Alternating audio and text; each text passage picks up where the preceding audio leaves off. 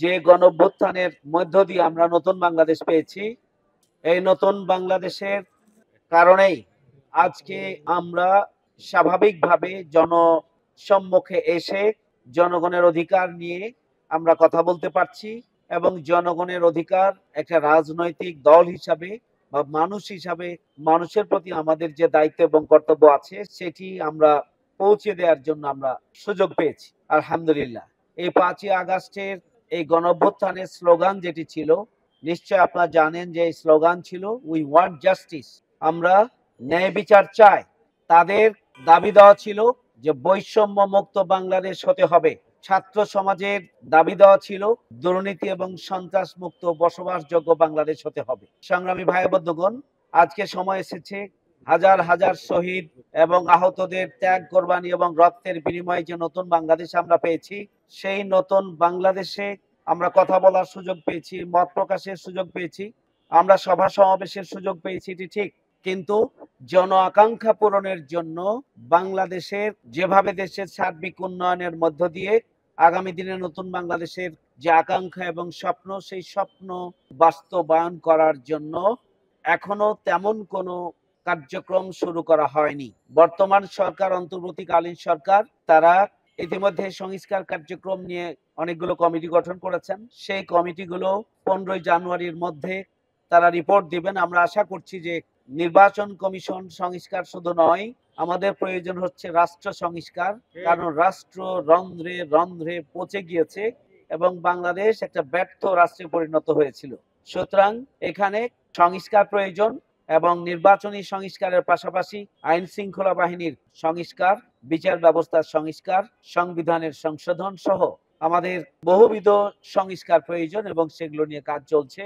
অন্তর্বর্তীকালীন সরকার বলেছেন যে 15 জানুয়ারির মধ্যে তারা রিপোর্ট পেশ করবেন। আমরা আশাবাদী যে এই রিপোর্টগুলো নিয়ে তারা রাজনৈতিক দল, সুশীল সমাজ, ছাত্র প্রতিনিধি সহ যারা স্টেক হোল্ডার তাদের সাথে তারা কথা বলবেন, মত বিনিময় করবেন এবং নতুন বাংলাদেশ বিনির্মাণের জন্য তারা ক্ষেত্র প্রস্তুত করবেন এবং এর মধ্য দিয়েই আগামী দিনে জনগণের সরকার প্রতিষ্ঠার জন্য একটি গণতান্ত্রিক ধারাবাহিকতায় নির্বাচনের ব্যবস্থা হবে, আমরা সে বিশ্বাস করি। এটা তো ঠিক, জনগণের প্রতিনিধিদের হাতে ক্ষমতা বুঝিয়ে দিতে হবে। এই ব্যাপারে দেশের জনগণ সবাই সচেতন, কিন্তু এদেশের জনগণ তার চেয়ে বেশি সচেতন যে আমরা যদি সংস্কার না করে তড়িঘড়ি করে নির্বাচন কার্যক্রমের দিকে যাই, তাহলে আবারও আগামী দিনের নতুন বাংলাদেশ আবারও পিছনের দিকে যাওয়ার সম্ভাবনা আছে। এই জন্য জনগণ যেমনি ভাবে নির্বাচন চাই, তার চেয়ে বেশি গুরুত্বের সাথে দেশের জনগণ চাই যে সংস্কার প্রস্তাবনাগুলোকে একটি সুষ্ঠু, নিরপেক্ষ, ক্রেডিবল নির্বাচনের জন্য একটা উপযুক্ত পরিবেশ নিশ্চিত করার জন্য সর্বক্ষেত্রে যে সংস্কার প্রয়োজন তা আগে নিশ্চিত করতে হবে। এটি জনগণের প্রত্যাশা। না হলে জনগণ বারবার প্রতারিত হয়েছে, ক্ষতিগ্রস্ত হয়েছে, আবারও সামনের দিনে জনগণ প্রতারিত হবে এবং ক্ষতিগ্রস্ত হবে। আজকে এই যে রাষ্ট্রের দায়িত্ব ছিল এটি জনগণের কাছে পৌঁছে দেয়া, কিন্তু আমরা বরাবরই দেখেছি রাষ্ট্র কোনো দায়িত্ব পালন করে না। অন্তর্বর্তীকালীন সরকার, আগের সরকারগুলো দায়িত্ব পালন করে না, আওয়ামী লীগ দায়িত্ব পালন করে না, এই জন্যই যে তারা জনগণের ভোটে নির্বাচিত নয়। জনগণের সুবিধা অসুবিধা নিয়ে তাদের মাথা ব্যথা ছিল না এবং না থাকাই স্বাভাবিক। কয়েকদিন ধরে শৈত্যপ্রবাহ চলছে সারা দেশে। অন্তর্বর্তীকালীন সরকারের কাছে অনুরোধ করব যে আপনারা জনগণের পাশে দাঁড়ান, জনগণের সমস্যা সমাধানে উদ্যোগ গ্রহণ করুন। বিশেষ করে উত্তরবঙ্গ সহ ঢাকা সহ সারা দেশে যে শীতের প্রকোপ এবং যে শৈত্যপ্রবাহ, মানুষের জীবন ধারণ করা কঠিন হয়ে যাচ্ছে, এই কঠিন শীত থেকে তাদেরকে সুরক্ষার জন্য তাদের পাশে সরকারের দাঁড়ানো দরকার বলে আমরা দাবি করছি।